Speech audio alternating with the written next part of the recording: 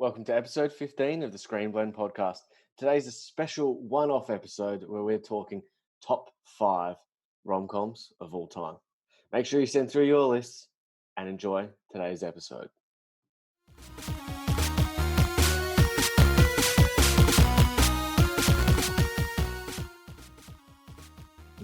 And welcome everybody to episode 15 of the Screenblend podcast. I am your co-host, Will Cutts, and today I am joined by, and always, Mr. Jack Mason. How are you today?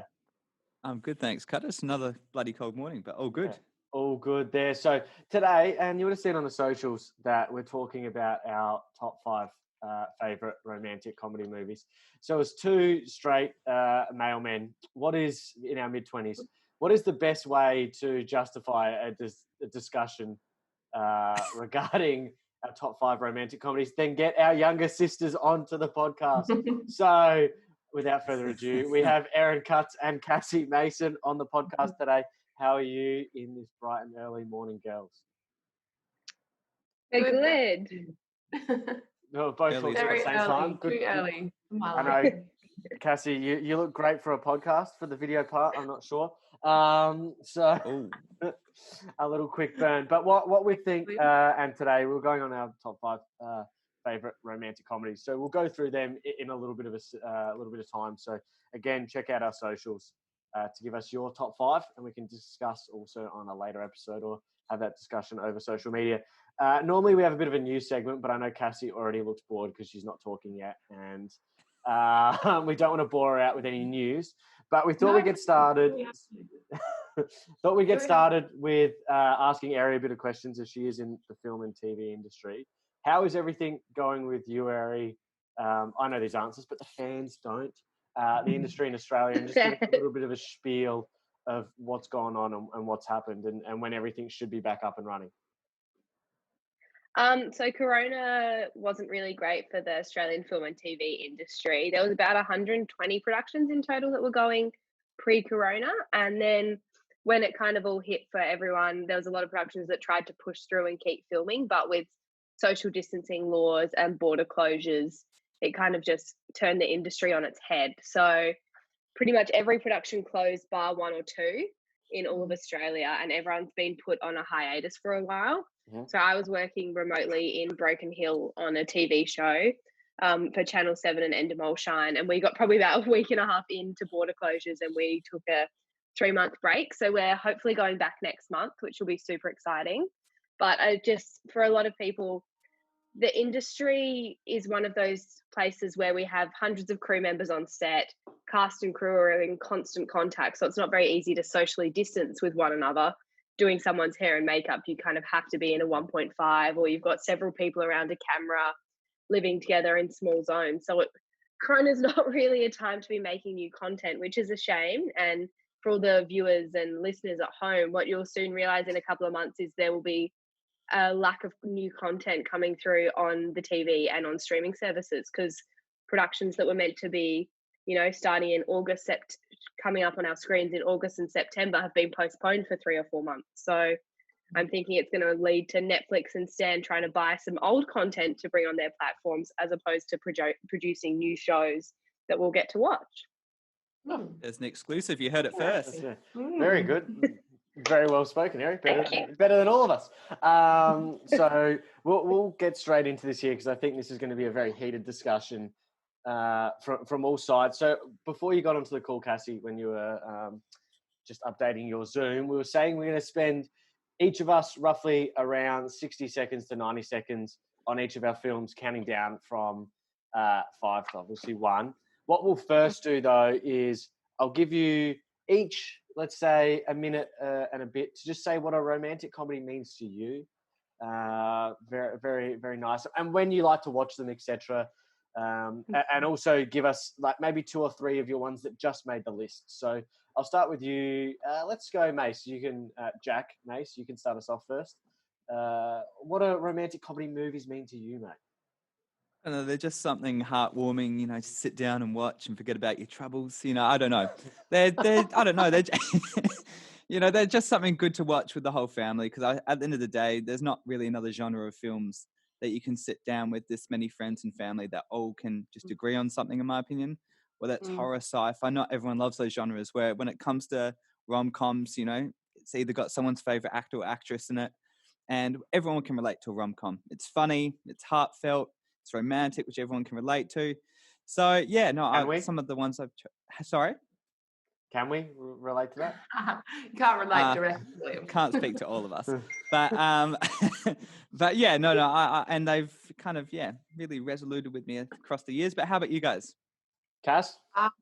For me, I think a rom-com is that warm, fuzzy feeling that you get at the end of the movie. I think that is probably when you walk out being like, feeling happy, for me, it's just, like Jack said, it's a movie that in our household we won't have an argument about. So that's it for me. Pass the baton. Erin? No, I agree. I love a rom-com. I mean, often they're quite cliche, you'll find, and each new rom-com over the years is just trying to reinvent the classic meet cute or iconic book drop in a hallway, but like they're just something that everyone's happy to enjoy, and it's an easy watch too. Like you don't have to stress with a rom-com. You know it's going to be enjoyable most of the time, and they're often attractive characters that we can really get around. All right, Harry, calm your farm. That's very true, Gary. I forgot that bit. No, I think you guys have all sort of nailed it. I think it's perfect to sit down with that tub of ice cream, some chocolate, and just, you know, let your troubles just go away for an hour and a half. What troubles do you two have? Honestly.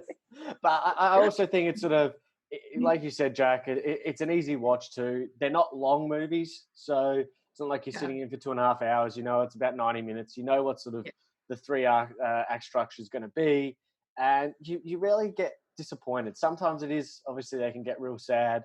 And then sometimes it's real happy, and there's moments at the end where they're just running, and it's just great. So, no, I do enjoy a good rom-com, but I feel like it's also a thing that a lot of actors get started in rom-coms, and they sort of have their sort of one or two their breaks to come out of a rom-com, and then they move into some other films. So, everyone, just maybe give us three movies that just made it outside your top 5. Right. So, Cassie, do you want to get us started? 3 movies that, and just sort of why, quick on each one of those.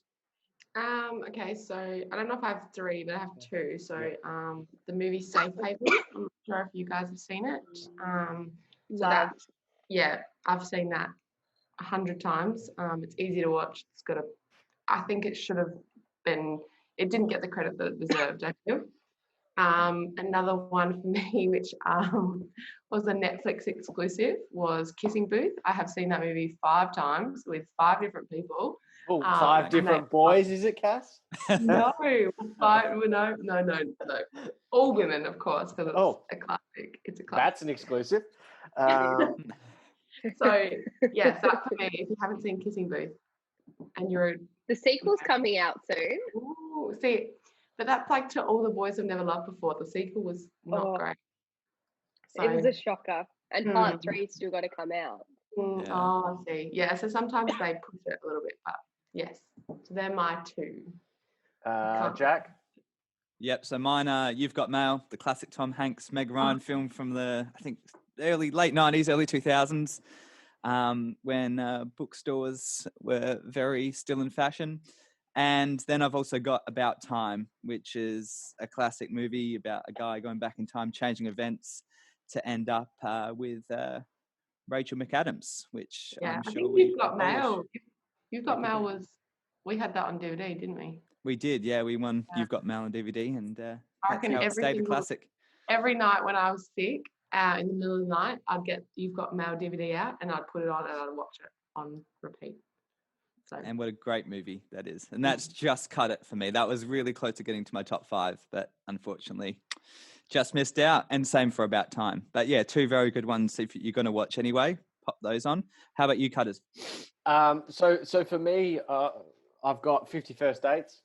So a classic with Adam Sandler and Drew Barrymore. I think one of his better performances. And I think that's sort of, that was... What? No, and it's not saying much, but I think that was sort of a big one around when I would have been around 10, 11, 12, sort of that sort of stupid comedy. But a sort of a classic in that sphere. Also, this one I actually saw for the first time last year. Around Christmas time, Love Actually. I've only seen it once, but it was the first time last A Christmas. strong film. No way. Yeah, so I'd sort of never seen it, and it's not one for me that I'm just going to sit at home and just crack on Love Actually in the middle of June in 2017 when I hadn't seen it. So I sort of just played on it. I mean, you could. I know I could, but I just played on it that I'd never seen it, and everyone thought it was crazy. So went to a mate's house around Christmas time. There was like 10 people over for losing my Love Actually virginity, what was quite funny. It was a big day for everybody, and everyone was, 10 minutes in, oh my God, do you like it? I'm like, yeah, no, it's good. And they kept turning around. It was kind of awkward. And then another one I've got around, and this is the Judd, sort of in your Judd Apatow sort of looking films in 40-Year-Old Virgin, like Knocked Up, those sort of things. That's a very typical guy rom-com. It's coming from the guy. Yeah, it goes a bit closer to comedy than rom-com, I think. I agree. They come in still, I think. That's why they're not 100% on the list also. So they're just on the edge there, but they've got that little bit of romance, but it's more comedic sort of side. So, Eri, yours? Yeah, I had quite a few honourable mentions. I really struggled to nail down a top 5. First honourable mention, 27 Dresses, a classic film, loved by many. On the trope of the woman that's always the bridesmaid and then soon becomes a bride, always a classic. Clueless, also great.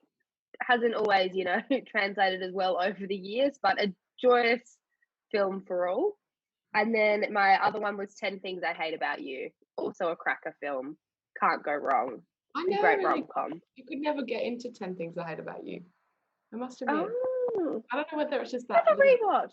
Yeah, I think I need to. Yeah. Yeah, but Yeah, it's real early days, isn't it? Yeah, it's a bit of a throwback. But no, it's just a good little enjoyable film.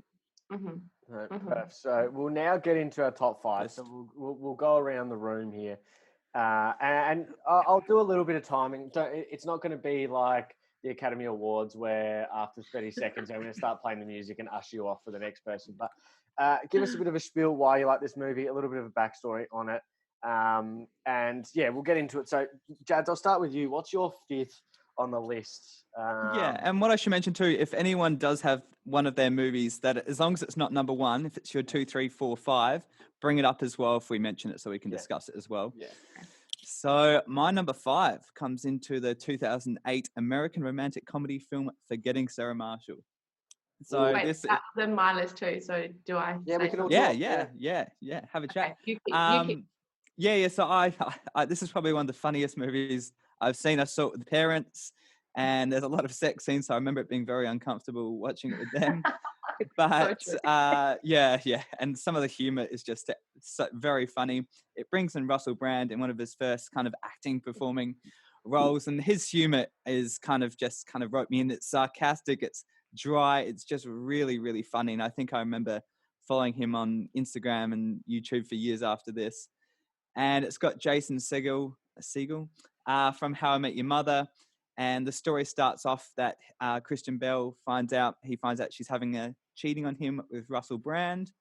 And he goes to Hawaii to go and forget about all his issues. And he finds out that his girlfriend and Russell Brand are there on holiday too. And then everything kind of unravels from there.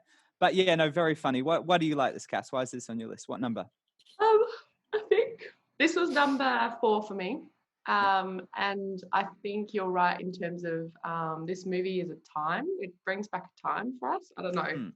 But yeah, going to see it with the parents, I remember that being very uncomfortable. But it's also, it's a bit quirky as well. When it has because in the movie Jason Segel, we'll get it someday.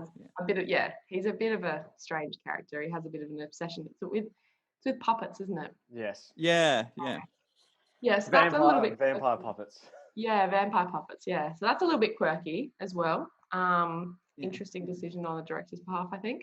But all in all, it's a really lovely rom-com, and Mila Kunis is so beautiful. She's a great actress. Yeah, that's what gave me my crush on Mila Kunis too. And she's very cute. Yeah, good to look at. And we love this movie so much. We went to Hawaii and drove 2 hours just to go to the hotel where this movie was based. We didn't even stay there. We just went to see the set. We literally we hired a car and drove to there. Just had lunch and then left. And it didn't even look like amazing. It literally did not look no, like it never does. No, it never does. The wonder of production design. Yeah, some bits were the same. They just moved the kind of the lobby around a little bit. Yeah, the still got some of the kind of vibes. The beach area was very similar and the pool area. But no, totally worth it. Turtle Beach Resort, everyone. So no, this is my number 4 too. I'll just let you guys bounce. Oh, really? Yeah. So I think this is, like you said, Cass, peak 2008. So that's when Kristen Bell was sort of in her prime. Mila Kunis was coming through at that point. Yeah. It's sort of Bill Hader's was in a couple of roles in the Judd Apatow sort of sphere, but hadn't been as like a leading man just yet. And that was peak, obviously, like we said before, sort of Jason Segel and Jonah Hill was just coming in also. So it was at that sort of time, sort of a classic. Paul Rudd doesn't age, and he plays an iconic character for about 5 minutes in that film. So I think it's just, it's like my list is very, let's say, male dominated from the perspective of, but I feel like this is one of the sort of ushered in a bit of a sphere too of sort of the male dominated comedy coming from the male's perspective. So it does have a lot of love for me there. Like when life gives you lemons, say fuck the lemons and bow, and like, oh no, take my shirt, but not my life, kind of just like those little lines. Take my shirt, but not, and it did so well. It spawned somewhat of a sequel to Get Him to the Greek with Jonah Hill and Russell Brand. So the humor carries on in that movie. Yeah, so no, very good. We'll carry on. Eri. Okay, so my number 5, Cassie actually mentioned it before, the classic Netflix rom-com movie that came out in 2018, To All the Boys I've Loved Before. For those of you that haven't seen it, Joey's face, I was like, oh, plot twist. I just love this film. It's about a high school girl who throughout her life has written love letters to the people she's liked in the past, and then one day they get sent out and it kind of causes havoc. I know, because really, who would write a love letter and write the address of the person on it? Like, let's be real here.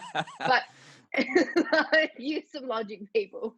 But yeah, I just find it's a really enjoyable, cute, easy to watch film. It's actually quite highly rated, 97% on Rotten Tomatoes, which is quite good for a rom-com. What? 97? 97 on Rotten Tomatoes for To All the Boys I've Loved. But I think it's just one that you can watch with so many people.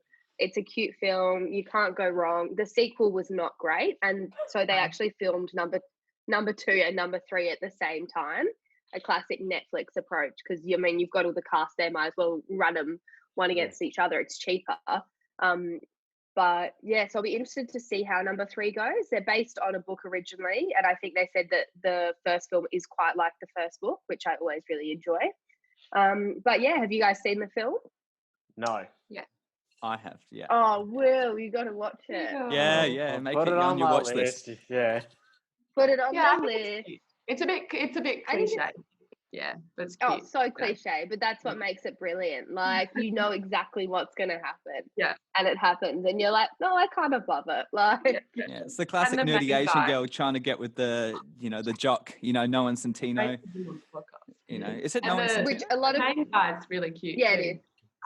Yeah, he is. But it's also one of the ones, like everyone said, it's always nice having not the classic older white hot female in a main rom-com role. Like, and I mean, it's her family and they're Asian, but that's not what defines them in the story. It's not what defines her character at all, which is it's really good filmmaking. In appearance, making a very low, like he's not in it much for his kind of credibility. Yeah, but, exactly. Shows the kind of passion behind the project. So that was my number 5. Yeah, good choice. Good choice. Cass. Okay, my number 5 was the 2013 romance movie About Time. I know this was on Jack's list as well. Yeah. So I'm not sure. That was my number 3. That was your number 3. Okay. And that was my honorable mention. So definitely chat about this. Yeah. I think it's one of those ones that I don't know how well it did at the box office, but for me, I think it went a bit underrated as well. There wasn't much hype about it. I don't know if that's just, but for people that don't know what it's about, the men in this certain family can all travel backwards in time and change events. So the main character, who is it? I just Googled it. Tom Hall Gleeson. Tom Hall Gleeson. As Yeah. Tim Lake. Yeah. So he falls in love with Rachel McAdams, who's a great actress, and he keeps going back in time to try and make their relationship work, basically, and to get her to fall in love with him. I won't give it away in the end, but things turn out well. So, I won't give it away, and then you say it. Far out. Wouldn't it be a rom-com if it didn't turn out well? Well, yeah, exactly. So yes, that would be my number 5. Yeah, and even Margot Robbie, it's one of her first roles too. It is. She's great. Yeah, she's the hot girl in the acting. Yeah. She's always the hot girl. Where's Margot Robbie? Yeah. Yeah. So, Erin, what do you think of this film? Oh no, I loved it as well. I actually rewatched it like a couple of weeks ago because I so boredom, and I was just like, "Fuck!" It's a timeless movie that you're always going to enjoy. It just tugs on the heartstrings. The dad does so many of those great little pump up emotional speeches that just like saying what's important in life and actually, you know, the premise that everyone's coming away with it, that you should enjoy the moment when you're in it type of thing, which is just a good thing for us all to take back and, you know, spend time with people around you, the people that you love, and actually really actively enjoy it instead of spending time wishing it went a different way or, you know, accept life, enjoy it with the people around you. Yeah, and out of all the movies on this list, this is the one movie that makes me cry. I don't cry a lot, so that's how strong this movie is. Yeah. It's good. It's a great film. Yeah, when as long as I love you, P.S. when I that love song you is comes not making on, the list then, gets me Jack. going. Yeah. What, Cass? P.S. I love you is not making the list then. No, it's not. That we went to see P.S. I love you, and we were all crying, and Jack looked at us and said, "Why are you crying?" I don't care for Joe Butler's death. Yeah. That's how amazing About Time was. Yeah, I'll have to chuck it on my list, as I've said about all of these. So my number 5 is the classic 2011 film Crazy Stupid Love. So, I do enjoy strong from. I think it's probably, there's obviously romantic undertones throughout this whole film. Comedy is in there. I enjoy the sort of glow up. This is when Steve Carell starts his bit of his glow up. You've also got Ryan Gosling, Emma Stone, Julianne Moore, a little bit of Kevin Bacon. I think every guy is just jealous of how Ryan Gosling plays himself in this film, getting dressed up every night, sleeping with attractive women. And it is, I think, a classic in that sort of sphere, very easily rewatchable. Again, like every rom-com, has to be the cliche sort of element comes to the end, how it all ties together, and the narratives do. But no, I think it's great. It also shows, I think, another way of Steve Carell's character taking their divorce quite, not, I would say amicably. He's not obviously the way, but he just goes on and deals with his life that way, and then obviously everything comes back at the end. So this is my number 3. That's your number 3, Jack. So your thoughts? Yeah, I loved it. I think Ryan Gosling was my role model throughout 2011. Yeah, I was year 12. Ryan Gosling was the big thing at the time. I was like, what can I wear and what can I do to look like Ryan Gosling? So I hit the gym, lasted about 2 weeks. Tried to wear all his clothes, didn't last long either because I didn't have the money. But no, because he is the ultimate bachelor in this film, and any guy watching this, just really wants to be him, picking up girls every night. Hopefully Danny doesn't hear this. But and then so it was the last podcast, Jack, you forgot to say. Yeah, I know. At least I remember this one. So $50 million budget. It grossed 142 at the box office. Did very, very well. And like you said, it starts off Steve Carell, finding out his wife cheated, Emily cheated on him, and they have all these kids. So it's a bit about the kids' lifestyle and something going on with the babysitter and him, but you're not quite sure what's going on. And at the end, it's a bit of a Love Actually, where you find secret connections to all the different plot lines and they all kind of collide. And I thought that was really satisfying payoff towards the end. without giving details. But yeah, very good. Lots of humor. Steve Carell's, one of his better roles as well, that he's in between humor and quite a serious role, drama role. Emma Stone makes an appearance as the eldest daughter. But no, yeah, really good. Really good. Yeah, how about you? Yeah, it's a strong cast, that film. Yeah.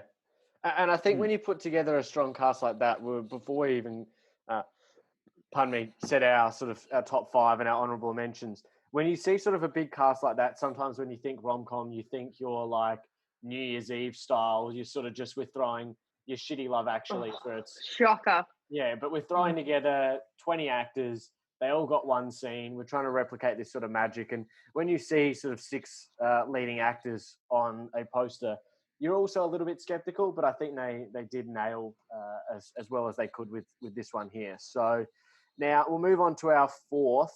Jack, where's your 4th? So my 4th can only be summed up in a song. Oh. If it plays. Hope it's not him singing. No, it's not singing. That would be a plot twist. Yeah.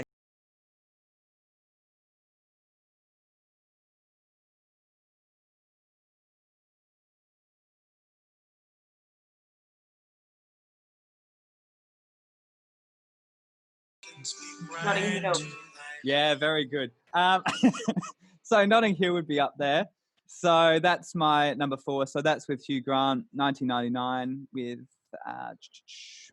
is it Julie Andrews? No, Julie Roberts. Thank you. Yeah, hopefully not Julie Andrews. She's a bit old for Hugh Grant. Never know. But yeah, so set in England. So Julie Roberts plays a huge actress and celebrity, and she wanders on Hugh Grant's owned bookshop, and they get talking, and a romantic relationship blossoms from there. And then, because she's so famous, the relationship struggles between all the... What, Cass? He doesn't know she's famous, so that makes No, it... not originally, but he finds out. So really good. Like, even to this day, I went outside Notting Hill when I went to England and got 50 different pictures outside the classic blue door, which was meant to be his bookshop, not realizing that it was the store next to it. Danny, take me on this angle. Yeah, lots of pictures, but realized I got the wrong shop. But yeah, classic part of England now. Lots of people going to this spot in Notting Hill. But, really good film, and he's got his classic friend who's an absolute laugh. He's always doing stupid things. Have you guys seen this? No. Yeah, once, I think. What? Will, you're really laying down the team. You deserve to be running this podcast. I don't know. That's why I've justified bringing on my sister and you, Cass, my second sister, onto the podcast to discuss this topic, because I need to be informed like the rest of society. Today, you're going to have a big binge. Yeah, correct. Yeah, literally. I guess what we're doing tomorrow, watching rom-coms all day. Okay, continue.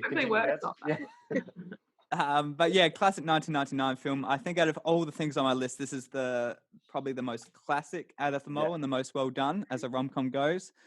So yeah, if you are listening, definitely give this a watch. Classic Hugh Grant, late 90s film. Yeah.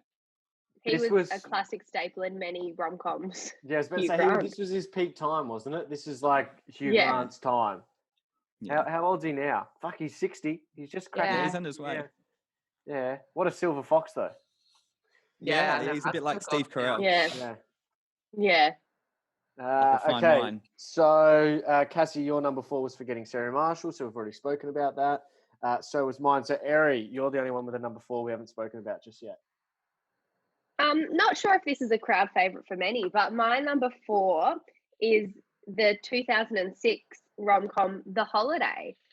Ooh. It's a classic film. Yeah, I know. Yeah. So it's about two girls from... Yes. It is, yeah. It's about 2 girls from different countries who do a house swap online.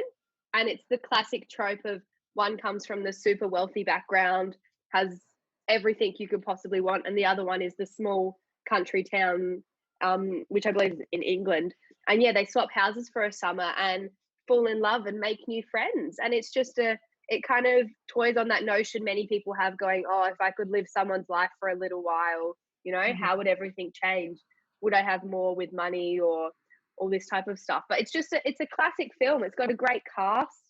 It's got Jude Law, Cameron Diaz, Kate Winslet, and Jack Black as kind of the top 4. And I just really, really enjoy it. You can put it on at any time, and the holiday just hits you right in the feels. Yeah, no, I agree. I mean, out of all the movies I've seen this so many times, yet I've always been distracted every time I've watched it. I'm not sure if that's... We watched it on Christmas Eve. It's a Christmas Eve movie. It is a Christmas Eve, but I still find it so hard to believe Jack Black ended up with, Kate Winslet. Like, right. Okay. Jack Black with anyone. Yeah, he gave me a lot of hope watching that film. I was like, geez, if Jack Black can get her, I can get anyone. So, yeah, it was a similar... So, but no, it was a classic, and Kate Winslet forms a cute relationship with an older Hollywood star, doesn't she? Producer, director. Yeah, and that relationship's... Ryder, sorry. Oh, yeah. I love that. It's a cute part, isn't it, at the end, how they go to, like, his celebration, don't they, or something? Awards. Yeah. And you go through, like, he has a room of all his Academy Awards and typewriter and stuff, and I'm just like, oh, goals. The filmmaker in me loves this part of it. Give it 50 years, Harry. We'll be going to yours. Yeah, literally. Fucking hope so. I have my Academy Awards room. Like, we go. Soon. But no, yeah, it's got, all these A-list actors, and, Jude Law and Cameron Diaz have good dynamic, don't they, too? They seem to get along pretty well. But no, I'm with you, Harry. It's good, but not quite. It's a good film. Not quite everyone's cup of tea, but it's a great I love it. It's a great movie. I'm keen. I love it. I don't think I've seen that one. Yeah, Will haven't seen that one either. You're going to have such a big day tomorrow watching these with Harry. I can't wait. Yeah, literally. Okay, so we've all sort of, Cass, we haven't touched on your number 3 yet. So we're moving on to our number 3s now. So we're getting into the podium. Jack's number 3, my number 3 is Crazy Stupid Love. Oh, sorry, Aries is About Time. So, Cassie, what's your number 3? My number 3 was How to Lose a Guy in 10 Days. Oh, yes. So I remember this movie because I can't quite remember what year it came out, but I must have been fairly young at the time. 2003. I'm just taking a guess. 2003, yeah. I remember there being a sort of not a sex scene, but something a bit raunchy. And I remember being very, very, very awkward. Yeah. For me, this movie is, it's cringeworthy at times. So for those who haven't seen it, Kate Hudson, she does an experiment. So she works at a magazine. She does an experiment to write an article about how to lose a guy in 10 days. So she goes and she meets Matthew McConaughey, and her goal is to make him fall in love with her and then lose him in 10 days. So she is very charming at first. Obviously, she's stunning. And then she kind of acts like a bit of a psychopath to try and get rid of him. And he ends up, I don't know, and he's sort of doing his own little experiment in the background as well, but that's, you need to watch it to find out. But in the end, it's a lovely story. So I highly recommend that one if you have not seen it. So my number 3. Yeah, I always saw this one as a very girly film. I just saw it as all right. I didn't see it as anything special. It was not my fave because she invade his house at some stage and put all the makeup in his bathroom. There's the fern, the fern, Oh, the fern. See, I thought that was pathetic. It's supposed to be pathetic though. I know. Yeah. But it was all right. It's just she got a bit loopy in it. I can see it being a movie that our dad says like he can't stand because it's too cringeworthy. But I loved it. I agree. It's a classic. Yeah. Have you seen that, Will? Will, have you seen it? Will! No, I feel like How to Lose a Guy in 10 Days is the classic Just Channel 10. my water in shock. No, is the classic Channel 10 Sunday night sort of film that I reckon I've seen parts to. I haven't seen it in a whole sit down. And this is why, again, everybody listening, I've got you guys on this podcast to talk about it. This is why we have special guests. You guys are perfect for the rom-com. So, no, I have not seen How to Lose a Guy in 10 Days. So, mine. Now, this is on to me. Again, the most credible of this conversation. My number 3 is the 2017. Again, this seems to have a sort of a line of Judd Apatow has produced a lot of these. But this one's a little bit more sadder. Is The Big Sick with Camille Nanjiani, Zoe Kazan, Ray Romano's in there, and it's the story. It's sort of a loose sort of biography on Camille Nanjiani's life and his wife. And he has a one-night stand with a student, and they begin a relationship. She's obviously white, and he comes. Is he Pakistani background? Yes. Yeah, he is Pakistani. Yeah. And how his family don't agree with that, and her family don't, and he has to have an arranged marriage. And I actually think it's a very sweet movie. Also, obviously has the sad elements. Is what is she sick with? A lung infection, and that sort of story with them. I love it. I think it's a great one. And Ray Romano, I also think is sort of excellent in that, and as one of her parents. So, anyone else have this on their list or has seen it or thoughts? No, but I haven't seen it actually. Oh, Eri, watch it. Yeah, It's God's really sake, good, Erin. really good. I've seen everything else that's the rom-com.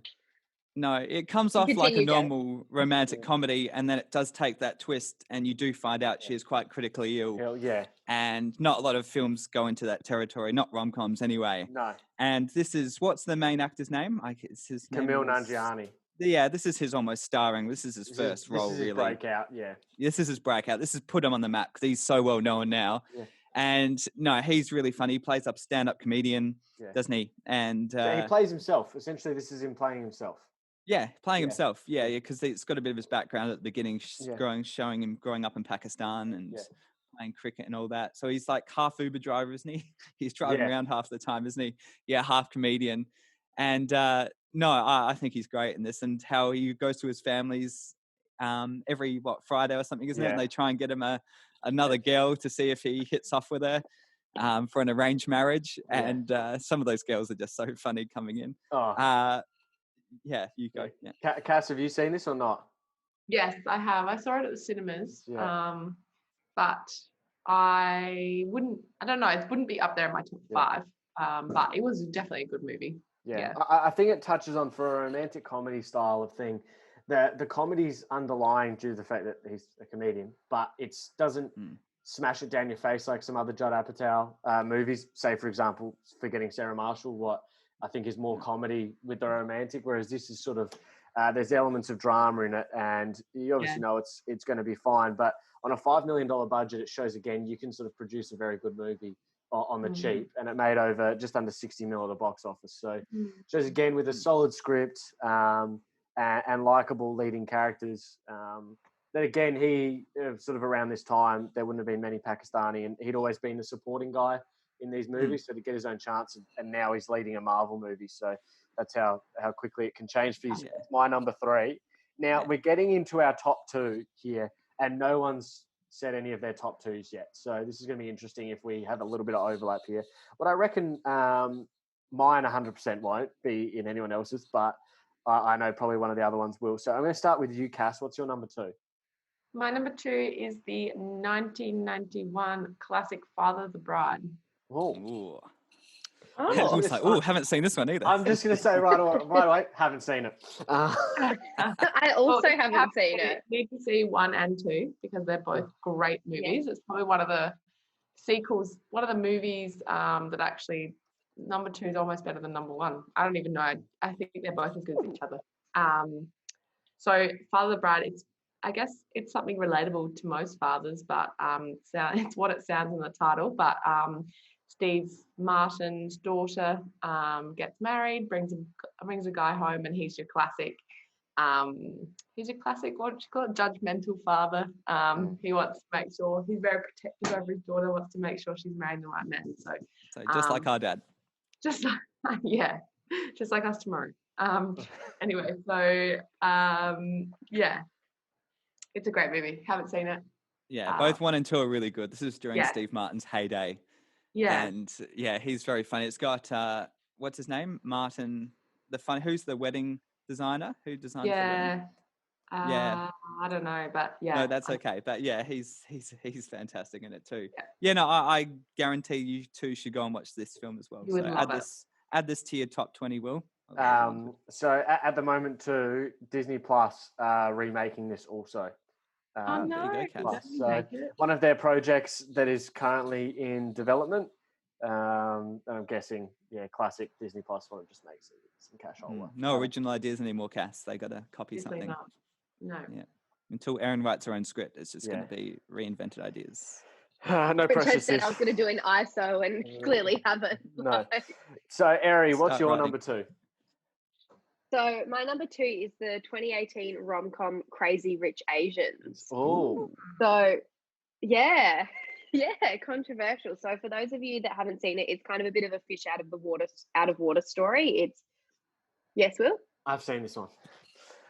Oh, happy for you! So proud, as Nam would say, so proud of you, Will. Hope so. It was a cinema for ages. Yeah, literally. So yeah, it's Rachel Chu. She's an NYU professor, and her boyfriend invites her over to Singapore to meet his family for one of their, I think it's their friend's weddings.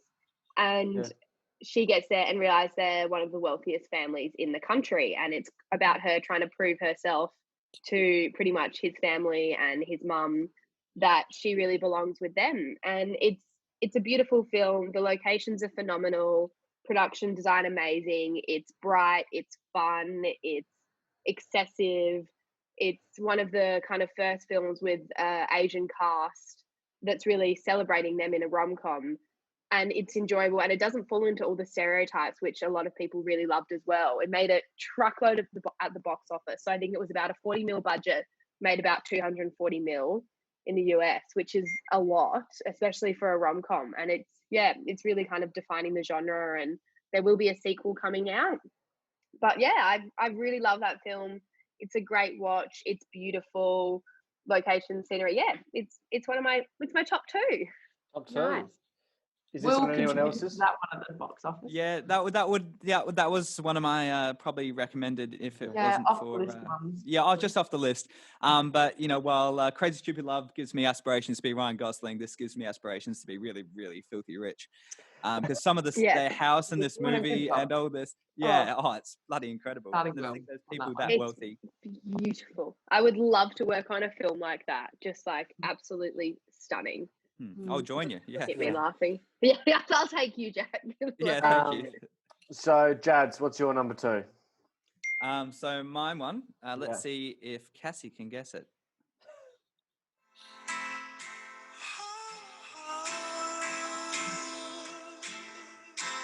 Let's see if Jack, guess it. I guessed it already. Do you want to keep Turn playing? it off. Jack, turn it off. We'll probably get done for copyright. Oh yeah, right. Is that a thing still? Yeah. Begin Again. Yeah. So 2013 American musical comedy drama written by John Carney and stars Keira Knightley and Mark Ruffalo. So Knightley plays a singer-songwriter who's discovered by Mark Ruffalo, who's part of a record label, and they collaborate together to produce an album recorded in public locations all around New York City. So it's also got Haley Steinfeld as his daughter.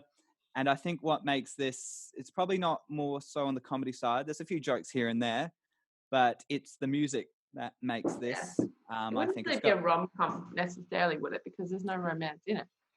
Oh, there's some romance in it, kind of. Yeah, there's a bit there. But there's a love story between Keira Knightley and Adam Levine, Cassie, essentially, from Maroon 5. Story gone wrong. A love story gone wrong, yeah. And the music is, I've even downloaded the soundtrack. It's that good. And Erin, Will, if you haven't seen it, get on it. Yeah. But yeah, no. What, Cass? It's on Stan, isn't it? I think. Oh, it's on Stan. It is, yeah. Team Stan. Yeah, so you have seen it? No, but I've browsed past it. So past it. Okay. Well, now you know about it. Definitely click on it. It starts off a bit slow, but it's kind of based around the 2007 musical Once, which is very similar. And this is almost like the American version of it. But no, Mark Ruffalo and Keira Knightley work off one another really well. And if you want to go to New York as well, it gives you some good glimpses of around the city. And no, it's a very cute story, between Keira Knightley. And if you love Maroon 5, another good reason to get down on. Yeah. So I think we're at my number 2, and I know, Cass, you've got a meeting in 10 minutes. So do you want to go into your number 1, Cass, and then do you need to jump off, or are you happy to do that? Okay, so my number 1, drum roll, please, everyone, is the 2011 classic Friends with Benefits. Oh, So for me, this movie I've seen 100 times and I could watch it 100 more. And surprisingly, actually, it only got 6.5 on IMDb and 68% on Rotten Tomatoes, which surprising. your research. oh no, 6.5. I thought you were meaning 6.5 out of 100. No, that's fine. No, Yeah. that would be terrible. But yeah. So, friends, and I think the movie, obviously, the title says what it's about, but it plays on a lot of modern day relationships. I think cuts closer to home probably for a lot of people. So, for those that don't know what it's about, it's Cuts closer to home, yes, for sure. Yeah. Mila Kunis works for GQ magazine, and she hires Justin Timberlake to come work for them, and basically shows them around New York, and they decide to be friends with benefits, and then obviously the complications that come with being friends with benefits. And yeah, so it's a lovely little story, and has a great ending to it. And Justin Timberlake is just, you can tell he's not only attractive on the inside, but on the outside, sorry. Whoa. Oh, Cassie. Far out, Cass. He's so cute, and Mila Kunis is so cute to look at as well. So, and they're even cuter when they're together. So yes, that is my number one. Is this Yeah. in anyone's number one at all? No, but I feel like it should have been. Yeah. Yeah, It's a great film, yeah. It is a really good film. Yeah, like, once again, I do own the soundtrack to this film too. Yeah. So yeah, I do. But yeah, no, the dynamic between Mila Kunis, Justin Timberlake's great. There's lots of sex scenes too, so probably not one to watch with your parents. What, Cass? If you like it a bit juicy. Yeah. If you like it juicy, this is the one to go to. So set in New York, and it adds a bit of emotional tension to it towards the end with Justin Timberlake's father and his family. So it's not just so it gets a bit heavier than just Friends with Benefits. But no, I reckon this probably could have been up easily on my top 5, but yeah, once again just pushed out. Yeah, good choice, Cass. Thank you. No, and I have seen this one, guys. So don't hit me. Oh, happy for you. No, I think this is the peak Mila Kunis time too. So this is when everyone was just wishing you could get a piece of Mila Kunis or someone like that. Exclusive. Right. But Cass, do you need to jump off now, or do you want to hang around for? I'll jump off in a couple of minutes. Okay. I don't know if I just have to run downstairs and get the charger too. So okay, yeah, easy. So my number 2. Now I literally just changed my order right now. Big, massive, because I forgot this, and I was like, wait, is it romantic comedy? And then I checked, and then you can go off Wikipedia, and especially when it says romantic comedy, I can put this on my list. So I put my number 2 is the 2016 hit La La Land. I bloody love this movie. I love this movie. I reckon I watched it 4 or 5 times, but for someone like me, it's probably like wow. And in the area, I'm not a massive musical sort of person. I do enjoy. No, not at all. I think it plays on my obviously Crazy Stupid Love being my number 5. The dynamic with Ryan Gosling, Emma Stone. Obviously, I enjoy this one is set in LA compared to New York, like a lot of rom-coms are. And that's a splice of how both of them are sort of down on their luck in a little way, and the story of them coming together. I just, love this movie, and I think it's so well directed, so well acted, and just the whole story of it just hits me and resonates in some little way. So yeah, it's a ripper. Has anyone else? This is their number 1 at all? No, but very deserving. I'm glad you changed it. Yeah, so I put that in there. I left the cinema very disappointed when I saw La La Land. I hate to say it. Only because it didn't have the most realistic happy ending, wasn't it, Cass? Let's be honest. Yeah, it was. Yeah. I think that's where I liked it. I think that's where I liked it too, though, is because it doesn't end up that they're together. Like it's that sort of. No. Spoilers. Life's not all happy endings, especially in Hollywood. Like. Yeah. And that they went their separate ways, and they thought it would work, and it wouldn't. But no, for a $30 million movie to make just under or just over $450 million on the box office, a massive hit. Damien Chazelle is a ridiculously good filmmaker, and that's sort of connected with his very talented man. Sort of doing a lot of stuff with Ryan Gosling also, but no, very talented. love that movie, and I can sort of chuck it on anywhere, and I enjoy watching it. I remember watching it on the plane once I reckon I watched it coming back from Canada last year, and you go, probably not the most Will Cutts movie to chuck on to fall asleep to, but no, Yeah. I do love that, and that literally just threw straight into my number 2. I forgot about it, so. The music was good. Yeah, Brad, the song at the Yeah. beginning, Yeah. dun, dun, dun, dun, that Brand New Day was my alarm for a while to get me up. That So. that musical number is so well choreographed. It's Yeah. phenomenal. The Yeah, costumes, yeah, it's a spectacle and a half, especially on such a low budget. It's amazing. And a lot of people kind of went into that not knowing, the directors weren't that well known at the time. No. So people went into that thinking this isn't a massive Hollywood blockbuster. We're out here making a heartfelt film, and then it's turned into this kind of iconic, especially after the Oscars when it got wrongfully it deserved announced. It deserved it. I think it 100% deserved it. But it's an iconic film that a lot of people were, I think, very excited to be a part of something so creative. And Well, I think once, because he did Whiplash before, and that then gave him the opportunity it's a great movie. Have that bigger budget, but he's been nailing it. Obviously, we went to the premiere of The Last Man in Adelaide, First Man. First Man with Adelaide's E-grade celebrities. But no, that wasn't as good as I think as these ones. So, Cass, do you need to jump off now and say your goodbyes? Yes, thank you for having me very much. It's been a pleasure. Thank you for coming, Cass. Podcast. Yeah. I look forward to hearing, and I'll listen to hear what your number ones are later. Ooh, get excited. See you guys. Join us for next week, Cass. See you later. See you guys. We should do top 5 TV shows of all time. I was thinking about it as we were sitting here. Once you've done one, Cass, you just want more, don't you? Yeah. You're writing the episodes for us. And just going to cut Cassie off now. Okay. See you guys. I'll just click leave. Okay. Yep. Bye. Bye. All right. So now we've finally got rid of her. Great.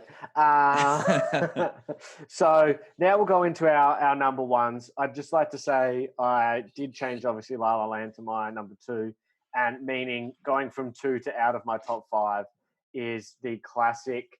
In America, it's called That Awkward Moment. In Australia or other sort of areas is Are We Officially Dating? The Zac Efron, Miles Teller, Michael B. Jordan. Yeah. I love this movie. I can watch this movie all the bloody time.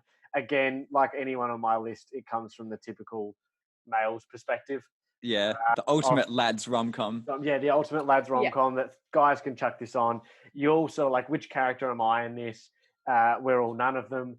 But I think it's just a great watch in the end. And I do like a bit of Imogen Poots. So on a smaller budget, again, makes its money back. And it's the perfect, I think, sort of, your Netflix rom-com style. Like, you can just chuck it on. But we'll move into our number ones. Eri, do you want to get us started? What's your number 1? Yeah, so my number 1 is quite on a similar trope to Cassie's number 1. But the kind of opposing film that came out at the time, No Strings Attached. Oh. So it's a 2011 rom-com starring Ashton Kutcher and Natalie Portman. It's a cracker film about 2 people that kind of start off as the friends with benefits and then fall in love. It's got some great moments in it. Have you guys both seen it? Yeah. I have. Yeah, I think that's the biggest controversial 2 movies of 2010. If you liked Strings Attached or Friends with Benefits, and I'm afraid I'm a Friends with Benefits guy.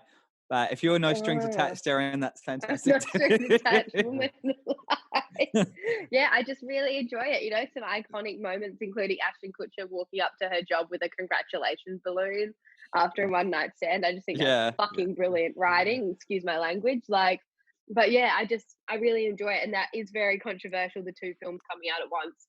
That it does actually happen quite regularly in Hollywood. Yeah. People often questioning whether it's one team's gone around pitching the same story to a network that's rejected it and then developed it on its own. Who knows? But people have been talking along in the lot going, oh my God, I've got this great concept of a Friends with Benefits, and then 2 different writers have picked it up. That's how it happens. It's not the first kind of movie to come out like that before. Can I just say too, I think my peak favorite part of this poster is friendship has its benefits on middle of their No Strings Attached poster. So I think, like you were saying, Eri, I think this is a typical Hollywood sort of thing too. And I think they played off each other though, I think perfectly also, because it was like the battle of which is which, so it made people go and see both. I think is sometimes I that's agree. a way of going about it. Like you said, peak Ashton Kutcher time. A bit This of is when healthy everyone competition.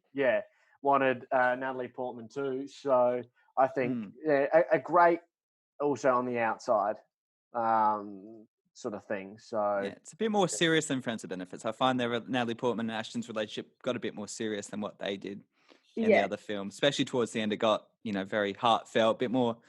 Yeah, whereas Justin Timberlake's relationship with Miley was a bit still up in the air, whereas this one was a bit more surface level. Yeah, this was really tugging on the heartstrings, with a bouquet of carrots. Like that's the legit. I've watched this film many a time. It's just I think it's a really heartfelt watch, and I thoroughly enjoyed it. It's not rated as highly on Rotten Tomatoes. It's only 49%, but I find a lot of rom-coms or romance movies are a bit lower on the rating scale on Rotten Tomatoes. I find, because people are like, oh my God, it's not peak cinema. Yeah. Like, which, I mean, everything doesn't have to be amazing shots and locations and, brilliant payoffs and writing to be enjoyable. That's not what cinema necessarily always is. So it's my top rom-com. No, rom-coms are guilty pleasures too, I find sometimes. Not all of them. Some are quality, exactly. like La La Land, but something like No Strings Attached, I think what you were saying too, Eri, with the like the rating sort of system is, I think some, let's say, critical critiques don't like their name to be associated with, say, giving a No Strings Attached like an 8 out of 10 or a positive review. So I think for a lot of them, it's like, well, I have to like, if I'm going to like a rom-com, I have to like La La Land because of the cinematic elements of it, but I can't like this because it's not good cinema or whatever. You know what I mean? So, Jads, what's your number one? Well, we've already mentioned it today, and it also makes for probably one of the best Christmas movies with Die Hard. So it's Love Actually. Yeah. So this is just something I've seen more times than anything else on the list, because it is the go-to movie on Christmas Eve to watch with the fam, the girlfriend, friends, maybe not so much the boys over a few beers, but we watched it over a few beers. It was great. I don't recall being there. You weren't invited. They're good. But I think this came out, in 2005, and it was the first of its kind where it had interlocking narratives. You find out the brother's sister's friend is actually his brother's sister's friend, and it all somewhat connects. And all the love stories in Love Actually, there's about 5 or 6 different love stories. Not all of them are A quality, I'll give it that much. But everyone still to this day, talks about the relationship between Alan Rickman and, what he did in that movie, and loves, Hugh Grant and his relationship with the secretary. Everyone loves those 2 plot lines more so, and everyone's still talking about them to this day. And the standing at the door with the signs. Oh, my heart. Yeah, another classic bit. Yeah. He has the signs. He's flipping them over, telling him his love for Keira Knightley.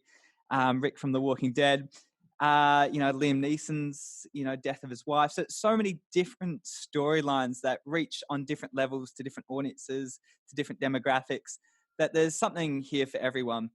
And I think, that classic scene, where you've got Rowan Atkinson, picking out the flowers while Alan Rickman's trying to get the ring. He's like, hurry up, will you? He's like, do you want the flowers? You got the cinnamon. I mean, there's just something everyone can kind of look back and just think that was a really, fun, 102-hour movie. And it's just perfect to watch around Christmas. And to this day remains, if not my favorite film, rom-com wise. And it did inspire a lot of films to kind of try and follow in that same style of the multiple different relationships, like New Year's Eve and Valentine's Day. None of them quite hit the mark like Love Actually did. Which, I mean, Christmas is always going to be better than fucking New Year's Eve and Valentine's Day at the best of times. But it was funny how everyone from there onwards just kept trying to get those A-list casts together and make a few different stories that somehow all linked in the end, and none of them hit the mark like Love Actually always will. No. And I mean, rewatching Valentine's Day and New Year's Eve, you can see why they haven't hit the mark as well. Because a lot of those storylines were crap, weren't they? Like, I was watching Valentine's Day. Surface level storylines. Oh, yeah, they've got Taylor Swift come in and you're just like, oh no, honey, I love you, but why? How much did they pay all these people to get in this film in the hope of making it decent, and it's Yeah. not always bringing in A-list celebs is going to make a film good if the content and the original idea isn't there. Yeah, yeah. As Correct. much as I love to see, Taylor Lautner and Taylor Swift together, yeah, they can't act for squat, and it just makes the movie fall apart. Yeah. So yeah, no, this exactly. is great. Yeah, great movie. What did you guys have? So what do you have, Will? my number one, I think, is iconic. I only saw this a couple of years ago for the first time, and I've watched it probably every 6 months. I do enjoy it. Can I take a guess? Yeah, go for it. No, I've got nothing. You go. No. Go, come and take a guess. Give a clue, though. Give a clue. No, it's not new. It's not new. It's quite old. Nah, you have to tell me. Erin, any guesses? No, I got The nothing. classic 1989 romantic comedy, When Harry Met Sally. Oh, of course. Yeah. Oh. I love this movie. I don't know. I think it was just, again, I'd never seen it until I'd say last year or the year before. And then you all knew the iconic scene of I'll have what she's having. Yeah. And then I was scrolling through Stan, I think, for our Australian listeners, Stan. And it came up and I was like, oh, okay, what am I going to watch? I'll just chuck this on. And I seem to love it. Again, for us at that point, I wasn't born. None of us were born when this comes out. It's classic Billy Crystal, Meg Ryan, Carrie Fisher. The late Carrie Fisher plays a role in this also as Meg Ryan's best friend. And it's just nails everything for me on how a love story like that doesn't flow like we all think it does in life, that you meet someone and it's just perfect for 4 years, you get married, you go on from there.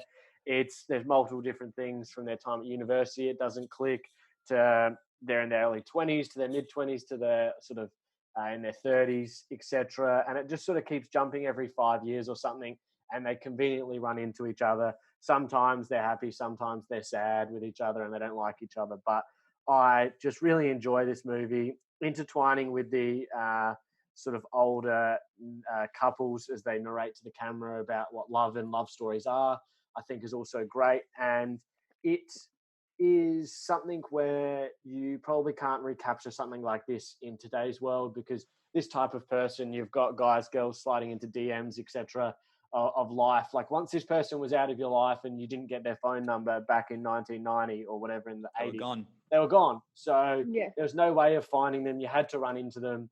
And if you stuff up your moment, you've stuffed up and you have to find another time. So I love this movie. I could watch it all the time. I think it's great. And for us, sort of like, I mean, you then get your, are we officially dating or something? What's set in 2015, 16. It just doesn't have the same. And that's why I think sometimes a rom-com, it's too easy now and to make a story. And this is, I can see why it did so well. And it's sort of an iconic film at this time. Anyone else's thoughts on that movie? Well, it is a love story, isn't it? Out of all the things we talked about, I think Harry Met Sally is set over the longest time gap of any of these. You see him in university, don't you? And then you see him 5 years later, and then, so on. And it's, Meg Ryan's, one of her claims to fame before she starred in every single rom-com in the 1990s. So this kind of put her on the map. And Billy Crystal, I guess, was a well-known name before. But no, I'm with you, Will. This is a classic. Yeah. Not quite. Yeah, I need to re-watch it. I've seen it once. It was one of those ones we had to watch it at film school. We used to have a Monday night cinema club where they'd show us iconic movies. Each week was a different genre, and that was the pick for rom-com. No, and I think that kind of just shows over time how it is one of the classics. Yeah, for me, it's just iconic. I think that's when it comes to it, and it nails it. And I sort of was scrolling through again just before we started this episode of top 50 rom-coms ever. So if I'd missed something, I was like, oh shit, like then I'd be able to chuck them at least on outside my top 5. And this was number 1 in 3 or 4 different lists. So I felt a little vindicated for picking it after I hadn't seen some of your other ones. So, but I could nail a number 1. So I was happy. I was happy with that. And I think sometimes cinema was easier in the 80s and 90s in that way. And this sort of story, you couldn't do it now, I think. And maybe people have tried. And that's just my thoughts on When Harry Met Sally. A great film. I'd probably have it in my top 10 films of all time too. I just really enjoy that. Wow, call after big call, Will. Big call, yeah. Just dropping bombs here and there. Watch the other 30 rom-coms and see if any of those break into your top 10 first. Watch every other one on the list. So, yeah. So that's the end of our rom-com chat at the moment. So, as always, for everyone, make sure you send us in your top 5. So, if you're listening to this, it's important to interact with the show. We'll go on to have a quick chat in a second because we've all got time, correct? You have a bit of time, Erin? Yeah, cool. Yeah, so, every time. So there's a couple of things on our socials. Pardon me, look at our top 5. If you go onto Instagram, those little highlights, there's a thing that says top 5. Click on that, screenshot it, put it in your story, tag Screenblend. We'll share it on ours, get a little bit of discussion because I think this is really, as we've seen from today, no one's had more than 1 or 2 films in their same top 5. So it's a very diverse list. And yeah, I think it's so get out and watch them. Get out and watch them. So really good. As we move on to Eri every time, as you're a very massive listener of the show, we go into our show and tell segment. So in the last week, what have we been watching, reading, listening also that you want to share off to the fans that maybe they can get on top of this also? So is there any podcasts, any other movies? I know you said you've watched pretty much everything that you'd like to recommend. So as I'm currently on a hiatus from work at the moment, I've really had the strongest binge ever of my life of new content. So honorable mention from last week, Mum and I watched Little Fires Everywhere on Amazon Prime. It's a Mum's Reese watching Witherspoon. Hello Sunshine. It's another one of her productions, which for a lot of people, if you don't know Reese, she loves doing a strong female-led show. This one's based on a book. Really, really enjoyable. It's intense. It's a beautifully made production. It's Amazon Prime, 8 episodes. It's very interweaving with different storylines and the characters based on kind of the upper class, a wealthy female played by Reese, and then there's another lady, which I think is Kerry Washington, who's from a very different society, and it's set probably about 15 years in the past. So it's very much that kind of 2 different backgrounds and coming together and all kind of interweaved and interlinked, and the different family dynamics, how some of the daughters want Reese as the mum, others want Kerry as their mum. Like that's a poor description of the show, but watch it. It's great. It's amazing. It's high energy. And it's not one of those shows that you're going to leave being like happy and positive. Like Mum and I sat there after the finale and were like, oh crap. Like it really kind of takes over. It's very emotional, but it's a great watch. I highly recommend. Other honorable mentions I've been watching, I watched Hollywood on Netflix, which is kind of like a romanticized, it's a Ryan Murphy show. So he does Glee, American Horror Story. It's that very very romanticized. It's beautiful scenery, sets, tugs on the heartstrings, a great cast. Really recommend it. Kind of for a lot of people watching it set like back in old school Hollywood, a few people trying to make a feature film, and it's the tropes of like kind of the different levels of what goes on behind the scenes and how people worked their way up to become an A-list celebrity, and how people made their big break, and a lot about kind of gay sex back in Hollywood and things like that. So I highly recommend that. And then on a completely different scale, I'm watching a bit of a tacky mum romance show at the moment, Sweet Magnolias, which is set of like, it's a shocker, but it's so great. Like 3 mums in a country town, like who have their margarita club, and they meet for margarita every couple of days and discuss their lives. And it's just an easy watch. Enjoyable, I might give easy that last watch. one a miss, but the other 2 sound really good. Give that last one a miss. If you want something to watch while you're doing a bit of housework, good banter, but highly recommend Hollywood and Little Fires Everywhere. Crap descriptions of them, but go and watch. They're great. Perfect. Jack, is there anything else you've touched on? Those are good descriptions, Eri. They were. I'm just 3 episodes into the Watchmen TV series, which came out, I think, late last year. Yeah. And so it kind of takes a bit of a remix of the original comic series, and it's about a white supremacist group. So it's called the 7th Cavalry, and they've taken up arms against the Tulsa Police Department. And then you have, a few vigilantes and your superheroes who take side amongst the cops in order to take down these supremacists. And it's quite relevant as well to everything going on in America. And it's no, it's a good show. It's quite dark. It's not something after talking about all these rom-coms, it's not something that I'd recommend watching to feel upbeat and happy. But it's HBO series, so it's really well done. The effects are there. The acting's really, really good, really amazing. You got Regina King. I'm not sure if any of you remember her. She's been in a few things like Legally Blonde and Miss Congeniality too, which I wouldn't be boasting about those if I were her.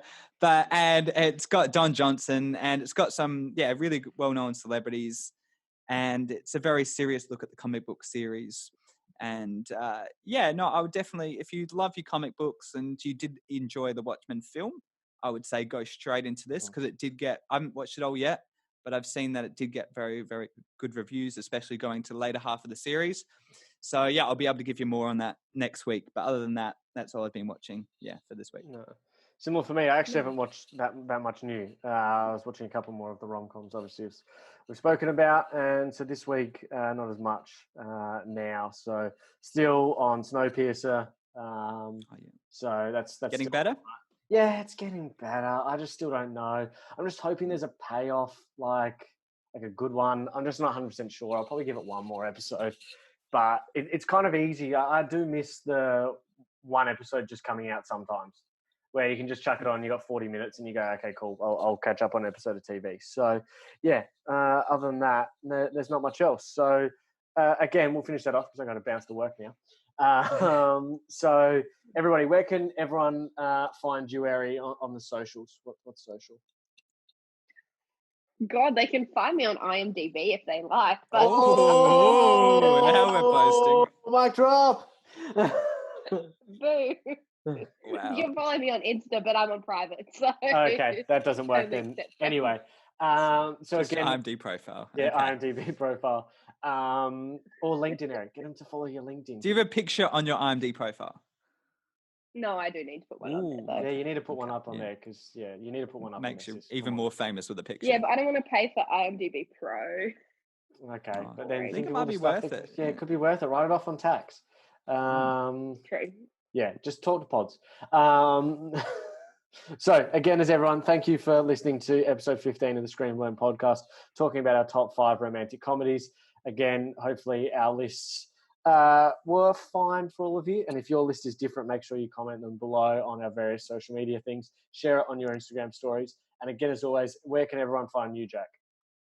Jack Mason _22. I'm slowly forgetting it, and I swear I've said it so many times now that it's just kind of a Jack blur. _Mason 22.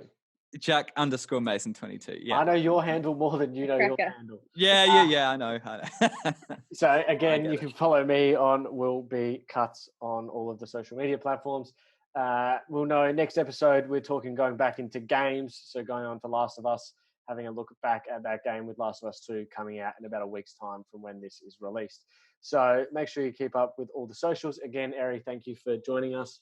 And no worries. We will see you all very soon.